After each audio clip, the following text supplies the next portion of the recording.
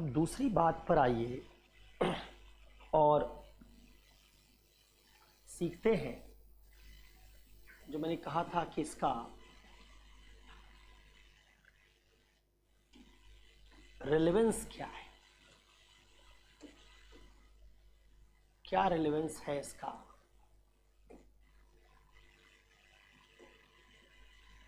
Philosophy का एक बात ये सीखेंगे। अभी तक आपने सीखा मीनिंग क्या है फिलॉसफी का, फिलॉसफी का मायने क्या होता है, रिलेवेंस सीखेंगे। और इसी के साथ आप ये भी सीखेंगे कि यूपीएससी ने आपके सिलेबस में, मैंने कहा बहुत सारी फिलॉसफी होती है, फिलॉसफी की बहुत सारी ब्रांचेज हैं। यूपीएससी का जो सिलेबस है या यूपीपीसीएस का जो सिलेबस है उसमें क्या रखा गया है, ये बात हमको सीखनी है। चलिए मान लीजिए मैं पहले आपको सिलेबस से ही ले चलता हूं, इसी पर बात करते हैं और फिर इसको सीखने के बाद वापस आएंगे और तब हम चर्चा करेंगे इस पूरे रेलेवेंस वाले पार्ट पर। चलिए पहले देखते हैं कि यूपीएससी का आपका सिलेबस क्या है। इस पर जाने से पहले अगर आप ये समझ लें कि जो बड़ी ब्रांच है फिलॉसफी,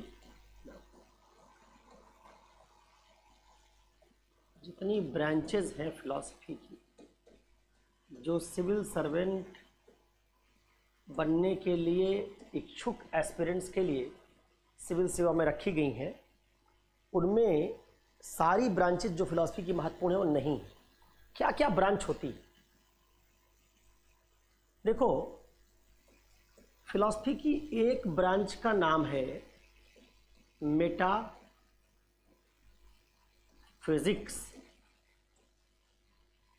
मेटाफिजिक्स, ठीक, इसको हिंदी में कहते हैं तत्व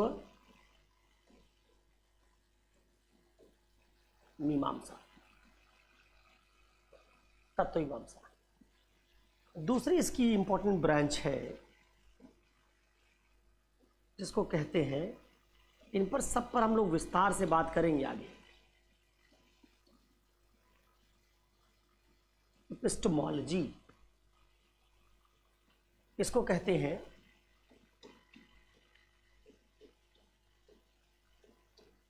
ज्ञान मीमांसा। तीसरी बड़ी ब्रांच है इसकी जिसको कहते हैं एथिक्स। ये है नीति मीमांसा। मीमांसा का मतलब एनालिसिस, आपने कुछ देर पहले ही देखा था। फिलॉसफी बेसिकली क्रिटिकल इंक्वायरी या एनालिसिस का सब्जेक्ट है, ये आइडियाज़ की एनालिसिस करता है। तो नीति मीमांसा में हम नैतिक संपत्तियों की एनालिसिस करेंगे। चौथी इसकी जो ब्रांच है, इस ब्रांच को कहते हैं फिलॉसफी ऑफ रिलीजन, या आप कह सकते हैं इसको धर्म दर्शन। इसकी जो इसके अलावा ब्रांच है पांचवी, वो मान लीजिए मैं कह दूं सोशल फिलॉसफी या समाज दर्शन। छठी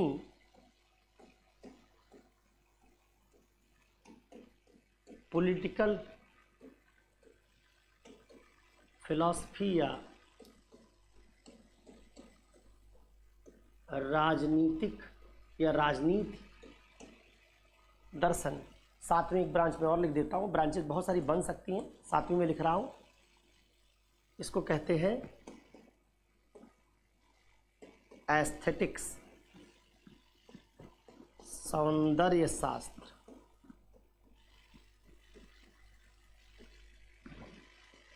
ये कुछ फिलॉसफी की प्रमुख ब्रांचेस हैं जो जिनसे आपका लेना देना हो सकता है। इनमें से कुछ आपको पढ़नी, कुछ नहीं पढ़नी। ये वाली मेटाफिजिक्स, ये इपिस्टेमोलॉजी, चौथा फिलॉसफी रिलीजन, पांचवा सोशल फिलॉसफी और छठा पॉलिटिकल फिलॉसफी। ये यूपीएससी के आपके सिलेबस में। पहले इथिक्स भी यूपीएससी के सिलेबस में 1980-82 तक था। अब इथिक्स के पर्चे को उन्होंने हटा दिया।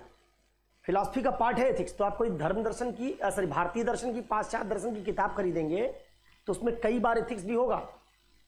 आप पढ़ेंगे एक दार्शनिक स्पिनोजा, तो उसका चैप्टर जब आप पढ़ेंगे किताब से तो आप पाएंगे उसमें लिखा होगा कि प्लेटो की तत्व मीमांसा, प्लेटो की ज्ञान मीमांसा और प्लेटो की इथिक्स। लेकिन वो इथिक्स वाला सेगमेंट अब आपके यूपीएससी के सिलेबस में नहीं है। फिर भी हम लोग जहाँ जहाँ उसका एथिक्स रिलेवेंट होगा वहाँ वहाँ उसकी चर्चा करेंगे, और एथिक्स के पेपर में जब आप जाएंगे तब वहाँ इन फिलोसफर्स का जो एथिक्स है उसको डिटेल में आप पढ़ेंगे। बहरहाल, तो अभी मान लीजिए आप कुछ देर के लिए कि ये वाला हिस्सा और ये वाला हिस्सा ये आपके सिलेबस में नहीं है। तो बचे हुए 1, 2, 3, 4, 5, 6 ये हिस्से आपके सिलेबस में है। इन्हीं के बारे में आइए आपका मैं एक सामान्य परिचय आपका करवा देता हूँ, ठीक है। तो चलिए इसके बारे में एक सामान्य परिचय बनाएं। मैंने सबसे पहले लिखा था एक ब्रांच है फिलॉसफी की मेटाफिजिक्स, और एक ब्रांच है लिखा था इपिस्टेमोलॉजी, ठीक है। इसको हिंदी में कहते हैं तत्व मीमांसा, और इसको कहते हैं ज्ञान मीमांसा। और क्या नाम है इसका? इसको कह सकते हैं आप स्टडी ऑफ रियलिटी, इसको कह सकते हैं आप स्टडी ऑफ नॉलेज, इसको कह सकते हैं आप थ्योरी ऑफ रियलिटी या थ्योरीज ऑफ रियलिटी, और इसको कहते हैं थ्योरी ऑफ नॉलेज।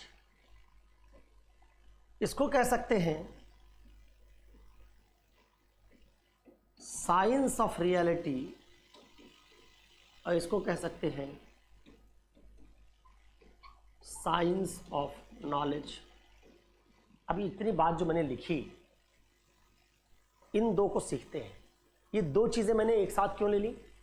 क्योंकि यही दो मेटाफिजिक्स और इपिस्टेमोलॉजी मिल के बनाएंगी आपका यूपीएससी और यूपीपीसीएस का फिलॉसफी का क्या फर्स्ट पेपर, ये फर्स्ट पेपर बनेगा। तो अगर मुझे पता चल जाए कि ये तत्व मीमांसा क्या होती है और ज्ञान मीमांसा क्या होती है, what is this metaphysics and what is this epistemology, तो मैं समझ जाऊंगा कि मुझे एक मोटे तौर पर यूपीएससी में क्या चीज़ें पढ़नी है। चलिए, अब इसको मैंने लिखा है मेटाफिजिक्स, उसी को तत्व मीमांसा, उसी को स्टडी ऑफ रियलिटी, उसी को थ्योरी ऑफ रियलिटी, उसी को साइंस ऑफ रियलिटी। देखिए, आपने ये शब्द सुना ही होगा, आप फिजिक्स से परिचित हैं। क्या होता है फिजिक्स? फिजिक्स बेसिकली हमारी दुनिया को मानता है कि दुनिया हमारी फिजिकल है, हमारी जितनी रियलिटी फिजिकल है। फिजिकल बॉडी से हमारी पूरी दुनिया बनी, जैसे हमारा शरीर भी फिजिकल बॉडी है। अब जो फिजिकल बॉडी है, इस पर कुछ नियम लगते हैं, जैसे बल और गति के नियम आपने सुना है, law of force, law of motion. Newton ने गति के 3 नियम, 3 लॉज ऑफ मोशन खोजे थे। तो जो साइंस फिजिकल बॉडीज से बनी इस पूरी रियलिटी की व्याख्या करता है, उसमें एक फिजिकल बॉडी पृथ्वी है, दूसरी फिजिकल बॉडी सूर्य है, सारे ग्रह उपग्रह, हमारा शरीर, ये सब फिजिकल बॉडी जो इनकी व्याख्या करता है, इनकी उत्पत्ति की, इनके नेचर की, इनके ओरिजिन की, इनके ऊपर लगने वाले नियमों की, सिद्धांतों की, उसको हम फिजिक्स कहते हैं। तो फिजिक्स एक साइंस है जिसका काम है क्या करना? जितनी भी फिजिकल बॉडीज है उनको रियल मानकर इस रियलिटी को क्या करना, स्टडी करना। इसलिए फिजिक्स को आप क्या कह सकते हैं, इस संदर्भ में आप कह सकते हैं फिजिक्स भी साइंस ऑफ रियलिटी। दुनिया हमारी फिजिकल बॉडीज से बनी है और फिजिकल बॉडीज की व्याख्या करने का काम फिजिक्स का है। लेकिन आप पाएंगे कि फिजिक्स एक बड़ा नया साइंस है। इसकी शुरुआत बेसिकली रेनेसा के बाद होती है, सही मायनों में पुनर्जागरण के बाद। पुनर्जागरण के बाद यूरोप में लोगों को इस बात के खिलाफ जाने की आजादी मिली कि ईश्वर ने हमारी दुनिया नहीं बनाई है। इस बात की आजादी मिली कि दुनिया की व्याख्या ईश्वर से इतर भी कर सकें। दुनिया हमारी बनी कैसे, चल कैसे रही है, इसमें नियम कौन से लगते हैं, ये सब ईश्वर के अतिरिक्त समझा सकें। पुनर्जागरण के बाद जब ये आजादी बढ़नी शुरू हुई तब एक समूह विचारकों का पैदा हुआ जिन्होंने दुनिया की व्याख्या, दुनिया के बनने की व्याख्या ईश्वर से स्वतंत्र रूप से करनी शुरू की। और तभी सही मायनों में हमारी दुनिया की व्याख्या करने के लिए कुछ सिद्धांतों का जन्म हुआ। उन्हीं सिद्धांतों के क्लस्टर को हमने एक साइंस के रूप में क्या कह दिया, फिजिक्स। तो फिजिक्स रेनेसा के बाद मॉडर्निटी के टाइम, मॉडर्निज्म एक एज है, मॉडर्निटी एक एज है, आधुनिक काल एक समय है जिसको मानते प्राय 15वीं 16वीं शताब्दी से शुरू होता है। 15-16 सेंचुरी से वो शुरू होता है, 16 सेंचुरी से माना जाता है बेसिकली वो शुरू होता है। 16वीं शताब्दी से जब मॉडर्निटी आ गई, आधुनिकतावाद आ गया, तब कुछ विचारकों ने दुनिया की व्याख्या करने के लिए तार्किक प्रणाली अपनानी शुरू की और तब से जन्म हुआ किसका, इस विषय का। लेकिन फिजिक्स से पहले दुनिया की व्याख्या कैसे होती रही होगी? फिजिक्स से पहले जो विषय इसी सब बात की जिसको आज फिजिक्स समझाता है, दुनिया बनी कैसे, चल कैसी रही, उस पर नियम कौन से लग रहे हैं, अलग अलग प्रॉब्लम्स जो दुनिया में हमारी सत्ता में हो उसको सुलझाएंगे कैसे, फिजिक्स से पहले जो विषय इन सारी प्रॉब्लम्स को सुलझाने का काम करता था उसी का नाम था मेटाफिजिक्स। इस सब जितनी बात आप फिजिक्स में पढ़ते हैं वही सब बात आप मेटाफिजिक्स में पढ़ते हैं। अंतर यह है कि फिजिक्स जिन बातों को पढ़ता है, पढ़ाता है, उनके अध्ययन के लिए फिजिक्स के पास एक पूरा इंपिरिकल स्टडी का ऑपरेटस है। अनुभव के आधार पर, प्रयोग के आधार पर, परीक्षण के आधार पर पूरा एक उसके पास ढांचा है जहां तमाम लेबोरेटरीज में प्रयोग करके फिजिक्स अपने सिद्धांत गढ़ सकता है। मेटाफिजिक्स बनाने वाले लोगों के पास प्रयोगशाला नहीं थी, उनके पास केवल अपनी बुद्धि और समझ थी। तो फिजिक्स के आने से पहले, प्रयोगशालाओं के उद्भव से पहले, अनुभव के द्वारा परीक्षण करने से पहले जिन लोगों ने सत्ता की व्याख्या करने का प्रयास किया और वो सिद्धांत खोजने की कोशिश की जिन सिद्धांतों से सत्ता की, रियलिटी की बेहतर व्याख्या हो सकती है, वही लोग जिस विधा को लेकर आए उसका नाम है मेटाफिजिक्स। मेटा मतलब पहले, फिजिक्स का मतलब एक तरीके की भौतिक दुनिया की व्याख्या करने वाला विषय। तो हमारी भौतिक दुनिया की, हमारी सत्ता की फिजिक्स से पहले व्याख्या करने वाला विषय कौन है? मेटाफिजिक्स है। तो जो चीज मैंने कहा जैसे आपको कि जो भी चीज आप अब तक फिजिक्स में पढ़ते आए हैं या पढ़ा है, वो सब बात आप यहां पढ़ेंगे। वहां उसको आप साइंस के तहत पढ़ते हैं, यहां इसको फिलॉसफी के तहत पढ़ेंगे। तो क्या क्या पढ़ते हैं आप बेसिकली क्या पढ़ते हैं? आप पढ़ते हैं जैसे सवाल क्या बनाते हैं आप बनाते हैं सवाल एक, सत्ता की मूलभूत इकाई क्या? फिजिक्स में यही तो पढ़ते हैं। कौन सी ऐसी चीज है, कौन सी ऐसी फंडामेंटल यूनिट है जिससे हम पूरी रियलिटी को समझा सकते हैं? इसी आधार पर फिजिक्स के कई डिवीजन हैं। जैसे जो लोग कहते हैं एटम से समझा सकते हैं, एटम है फंडामेंटल यूनिट जिससे पूरी दुनिया फिजिकल बॉडी को समझाया जा सकता है, उस फिजिक्स का नाम आपने क्या रख दिया है? उसी को कहते हैं आप एटॉमिक फिजिक्स। जो कहते हैं कि हम क्वांटम से समझा सकते हैं, उसको आप क्या कहते हैं? Quantum physics. जो कहते हैं हम गति और बल से समझा सकते हैं, उसी को आप कहते हैं मैकेनिक्स। गति की। तो फिजिक्स की क्या है, सब अलग अलग ब्रांचेस हैं, जिनमें क्या अंतर है? अंतर इस बात का है कि किस चीज से आप दुनिया की व्याख्या करेंगे। आजकल एक और चीज चल रही है, हिग्स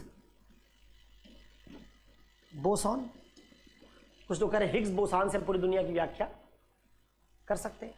तो फिजिक्स का एक काम क्या होता है? फिजिक्स का एक काम होता है कोई एक ऐसी चीज ढूंढना जिस चीज के माध्यम से हम पूरी सत्ता को समझा सकें। यही बात कौन ढूंढता है? यही बात मेटा फिजिक्स भी ढूंढता है। और मेटा फिजिक्स में इस फंडामेंटल यूनिट का नाम क्या रखा जाता है? मेटा फिजिक्स में फंडामेंटल यूनिट का नाम रखा जाता है सब्सटेंस, हिंदी में कहते हैं द्रव्य। तो अलग अलग फिलोसफर्स ने मेटाफिजिक्स में ये ढूंढने की कोशिश की कि हम पूरी दुनिया को अगर समझाना चाहें तो कौन कौन सी फंडामेंटल यूनिट है जिनसे हम पूरी दुनिया को समझा सकते हैं। भारत में जैनियों ने अलग द्रव्य बताए, बौद्धों ने अलग द्रव्य बताए, पश्चिम में प्लेटो ने अलग द्रव्य बताया, अरिस्टोटल ने अलग द्रव्य बताया। तो इस लिहाज से हम क्या कहेंगे? प्लेटो की मेटाफिजिक्स अरिस्टोटल की मेटाफिजिक्स से अलग है, अरिस्टोटल की मेटाफिजिक्स डेकार्त की मेटाफिजिक्स से अलग है। भारत में बौद्धों की मेटाफिजिक्स जैनियों की मेटाफिजिक्स से अलग है। तो ये पूरी मेटाफिजिक्स आपको पढ़नी है। दुनिया बनी कैसे, सत्ता की मूलभूत इकाई कैसी है, जिस सत्ता की मूलभूत इकाई की हमने यहां बात की है, ये पूरी सत्ता की इकाई, इसका स्वरूप कैसा है, इसकी प्रकृति कैसी है, इसका प्रकार कितना है, इससे सत्ता की व्याख्या कैसे होगी। एक तरीके से पूरी फिजिक्स वाली प्रणाली आप समझ लीजिए। ये बात जहां आप सीखेंगे इसको हम कहेंगे मेटाफिजिक्स। इसमें 7-8 सवाल बनते हैं। जैसे मैंने एक सवाल लिखा था कि दुनिया में जितनी सत्ताएं हैं उनकी व्याख्या करने वाली मूलभूत इकाई कौन सी है, उस मूलभूत इकाई की प्रकृति क्या है, उसका स्वरूप क्या। ऐसे 7-8 सवाल बनते हैं। इन्हीं सवालों को हम जब पढ़ेंगे, कहाँ किस तरीके से, जब हम पढ़ेंगे इसको एक बार भारतीय विचारकों के मत में और एक बार पश्चिमी विचारकों के मत में। पश्चिमी विचारकों के मत में पढ़ेंगे तो बनेगा पाश्चात्य तत्वमीमांसा, वेस्टर्न मेटाफिजिक्स। ये वेस्टर्न मेटाफिजिक्स बनेगी, पाश्चात्य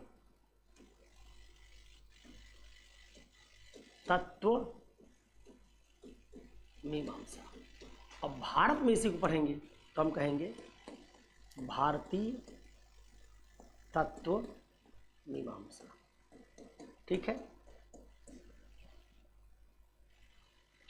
तो एक पढ़ाई आपको किसकी करनी है? दुनिया की व्याख्या कैसे होगी।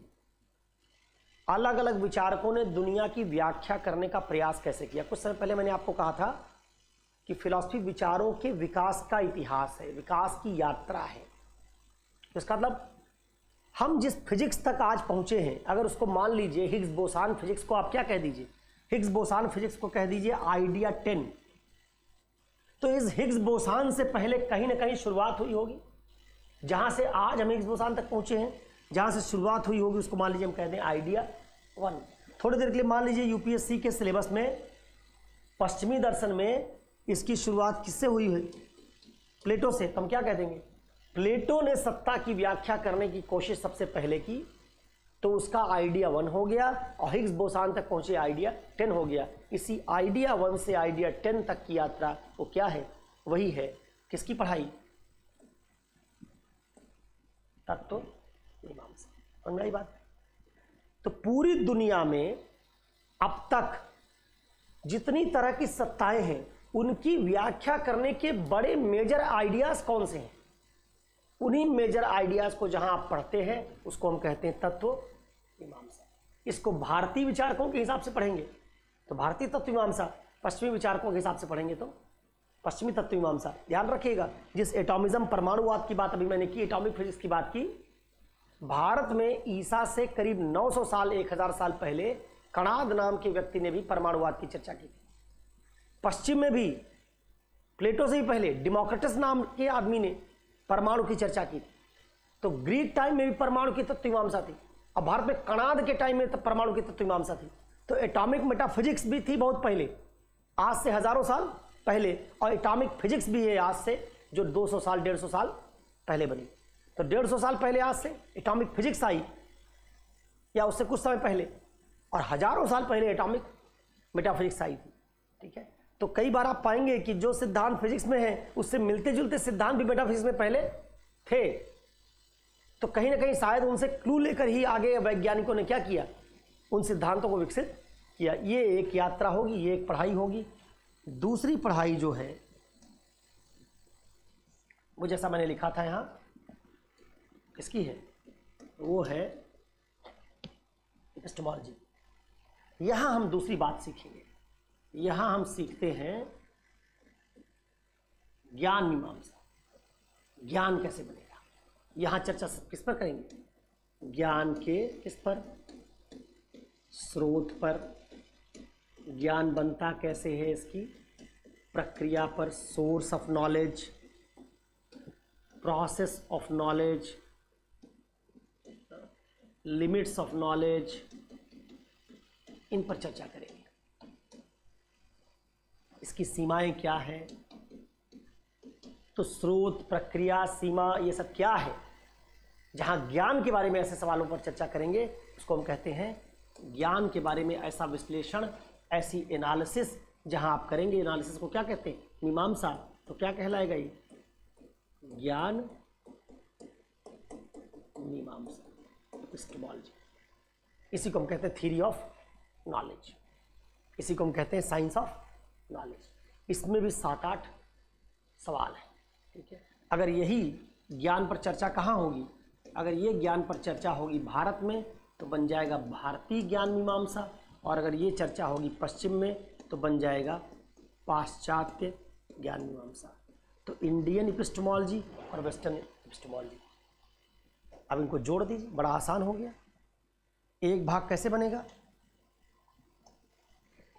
एक भाग आपका जो पूरा बन रहा है कैसे बन रहा है, एक बार भारतीय परंपरा में आपको पढ़ना है भारत के लोगों की, बुद्ध की, महावीर स्वामी की, शंकराचार्य की मेटा फिजिक्स, और दूसरी बार आपको पढ़ना है इनकी एपिस्टेमोलॉजी, मेटाफिजिक्स, तत्वमीमांसा और ज्ञान मीमांसा। ये क्या बन जाए, इन दोनों को जोड़ देते हैं तो इसी को हम कहते हैं क्या पराया, भारतीय दर्शन, इंडियन फिलॉसफी।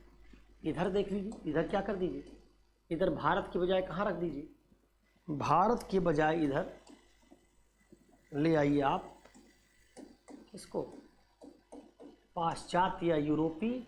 इसमें भी एक बार रख दीजिए आप मेटा फिजिक्स, और दूसरी बार आप रख दीजिए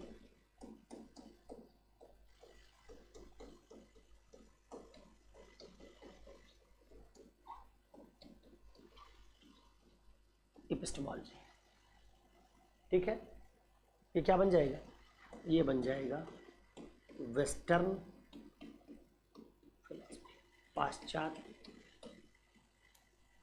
ठीक है, 6-7 सवाल इसमें, 6-7 सवाल इसमें। इसका तो कितना, कुल एक तरीके से 13-14 जो बड़े प्रश्न हैं, उन्हीं पर जितने विचार भारत में हैं और जितने विचार पश्चिम में हैं, उन्हीं 13-14 सवालों का जवाब प्लेटो ने भी दिया होगा, उन्हीं 13-14 सवालों का जवाब महात्मा बुद्ध ने भी दिया होगा।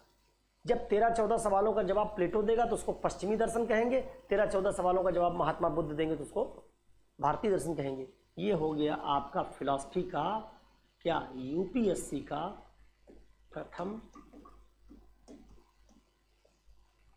First paper. तो फिलॉसफी फर्स्ट पेपर में आपको इंडियन फिलॉसफी और वेस्टर्न फिलॉसफी पढ़ना है, और इंडियन और वेस्टर्न फिलॉसफी में आपको मोटे तौर पर क्या पढ़ना है, सिर्फ मेटाफिजिक्स और एपिस्टेमोलॉजी पढ़नी है, इसके अलावा कोई और बात आपको यहाँ नहीं पढ़नी। ये चीज़ अगर आप समझ गए कि कैसे फिलॉसफी का जो फर्स्ट पेपर है उसमें हम फिलॉसफी की 2 ब्रांचेस पढ़ते हैं। कई ब्रांचेस मैंने बनाई थी, जो प्रोमिनेंट ब्रांचेस हैं उसमें मेटाफिजिक्स और एपिस्टेमोलॉजी 2 ब्रांचेस हैं फर्स्ट पेपर में, यही आपके सिलेबस में। तो मान लीजिए मुझे क्या हो, मैं बना दूं 6-7 सवाल आपको ज्ञान मीमांसा का और 6-7 सवाल बना दूंगा तत्व मीमांसा का, तो आपके दिमाग में पहले से क्या फिक्स हो जाएगा। जैसे मैंने कहा था कि पिक्चर होनी चाहिए आपके दिमाग में। आप 6-7 सवाल जब तत्व मीमांसा के समझ लेंगे तो समझ लेंगे कि इन्हीं 6-7 सवालों का जवाब पश्चिम में ऊपर से नीचे तक जितने सिलेबस में हमारे दार्शनिक इन्होंने दिया है, उसी का जवाब उनका क्या रहा है, एक दूसरे से अलग अलग, इसलिए उनका दर्शन क्या है एक दूसरे से अलग अलग। तब आप पूरी तत्व मीमांसा को ऊपर से नीचे तक उसी सीक्वेंस में पढ़ सकेंगे। यही काम कहाँ कर लेंगे आप, ज्ञान मीमांसा में। तो आप अगर अपनी कॉपी पे पहले से लिख लेंगे, क्लास करने से पहले ही जब मैं कक्षाएं शुरू करूंगा तो बता दूंगा कि ये वो 7 सवाल हैं जो ज्ञान मीमांसा के हैं और ये 5-6 सवाल हैं जो तत्व मीमांसा के हैं। तो पहले ही आपके दिमाग में आइडिया आ जाएगा कि अगर ये पहला लेक्चर लेंगे प्लेटो का फिलॉसफी पढ़ाते समय, तो इसका मतलब प्लेटो में ये इन्हीं 5-6 सवालों पर प्लेटो के विचार बताएंगे। अब फिर उन विचारों को बता के प्लेटो की कमियां बताएंगे, उसकी एनालिसिस करेंगे, उसका विश्लेषण करेंगे और देखेंगे प्लेटो के उन विचारों में सत्यता है या। अगर प्लेटो के विचार कंप्लीट सत्य निकलते तो हमको किसी और दर्शन की जरूरत ना पड़ती। हम मान लेते कि प्लेटो का विचार क्या था, उच्चतम सत्य था, और उच्चतम सत्य अगर ढूंढ लिया तो उससे आगे जाने की। लेकिन जब हम प्लेटो का विचार पढ़ेंगे तो पाएंगे कि उसके समय में तो विचार सही माना गया, लेकिन कुछ ही समय बाद उसका अमुक दार्शनिक अरिस्टोटल ने खंडन करना शुरू कर दिया और दिखा दिया कि प्लेटो ने तत्व मीमांसा के सवालों का जो जवाब दिया वो सही नहीं है। तब अरस्तु के ऊपर क्या जिम्मेवारी आ जाएगी कि जब प्लेटो के जवाब सही नहीं मान रहे हो तो अपना जवाब दो। तो अरस्तु उन्हीं सवालों का जो 6-7 सवाल है उनका नया जवाब लेकर आए, वो जवाब भी कुछ दिन तक चलेंगे, फिर कोई और आ जाएगा वो कहेगा अरस्तु के जवाब भी सही, फिर वो दार्शनिक अपनी तत्व मीमांसा देगा। इस प्रकार से एक दूसरे की तत्व मीमांसाओं का खंडन परिमार्जन करते हुए तत्व मीमांसा की उच्चतर सत्य की तरफ, सत्ता की ज्यादा बेहतर व्याख्या की तरफ, सत्ता की ज्यादा परिष्कृत व्याख्या की तरफ जो जर्नी होगी वही जर्नी कहलाएगी फिलॉसफी। और फिलॉसफी की कौन सी ब्रांच, मेटाफिजिक्स। ये बात आप यहाँ पूरी सीखेंगे, यही बात अप्लाई कर लीजिए आप एपिस्टेमोलॉजी पर। 7 सवाल बने, उन 7 सवालों में ज्ञान मीमांसा के सवाल तय कर लिए। अब फिर उसी का देखा जवाब प्लेटो ने क्या दिया, उसी का जवाब देख लिया अरस्तु ने क्या दिया। अच्छा ये भी बात समझिएगा कि जो सवाल मैं बनाऊंगा 6-6, 7-7 तत्व मीमांसा और ज्ञान मीमांसा में, इन सभी सवालों को आपको पढ़ने की जरूरत नहीं और हर दार्शनिक भी पढ़ने की जरूरत नहीं।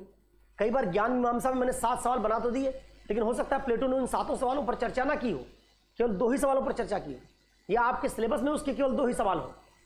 तब ज्ञान मीमांसा में सवाल तो टोटल बनेंगे 7, लेकिन प्लेटो के दर्शन को पढ़ते समय हम उन्हीं 2 सवालों को पढ़ेंगे जो आपके सिलेबस में रखे गए। उन 2 सवालों का प्लेटो उत्तर कैसे दिया आप जान लेंगे। और अरस्तु की ज्ञान मीमांसा मान लीजिए आपके सिलेबस में नहीं है, एरिस्टोटल का जो आपका एपिस्टेमोलॉजी आपके सिलेबस में नहीं है, वैसे भी नहीं। इसका मतलब एरिस्टोटल में हो सकता है एपिस्टेमोलॉजी पढ़नी ही ना हो। तो जब यूपीएससी के सिलेबस में आप जाएंगे तो ये जरूरी नहीं है कि जितने दार्शनिक आपके सिलेबस में होंगे, वेस्टर्न और ईस्टर्न, इंडियन और वेस्टर्न, उन सब की ज्ञान मीमांसा और सबकी तत्व मीमांसा पढ़नी। बौद्ध दर्शन में आपको प्राय ज्ञान मीमांसा नहीं पढ़नी, जैन में आपको ज्ञान मीमांसा नहीं पढ़नी, सांख्य में आपको ज्ञान मीमांसा नहीं पढ़नी। तो भारत में कई दर्शन ऐसे होंगे जिनकी ज्ञान मीमांसा आपके सिलेबस में नहीं, केवल न्याय की है मोटे तौर पर। अब पश्चिम में जब आप जाएंगे तो वहां भी पाएंगे कई दार्शनिकों की ज्ञान मीमांसा आपको नहीं पढ़नी। ऐसे भारत में कुछ दार्शनिकों की तत्व मीमांसा नहीं पढ़नी। तो ये इसमें भी ये पूरा बात आपको नहीं पढ़नी। इसमें क्या है, सवाल तो मान लीजिए 7-8 बने, लेकिन उनमें से कुछ सेलेक्टिव सवालों का कुछ सेलेक्टिव फिलॉसफीज में अध्ययन ही यूपीएससी ने आपके सिलेबस में रखा है। इसलिए कहते हैं अक्सर कि फिलॉसफी का सिलेबस छोटा है, क्योंकि एक तो वैसे ही 12-13 सवाल बने कुल, उन्हीं 12-13 सवालों का जवाब अलग अलग फिलॉसफर्स को देना था।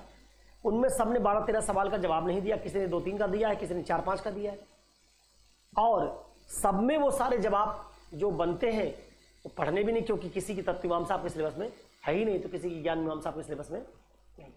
अब इसके बाद जो चर्चा करेंगे कल,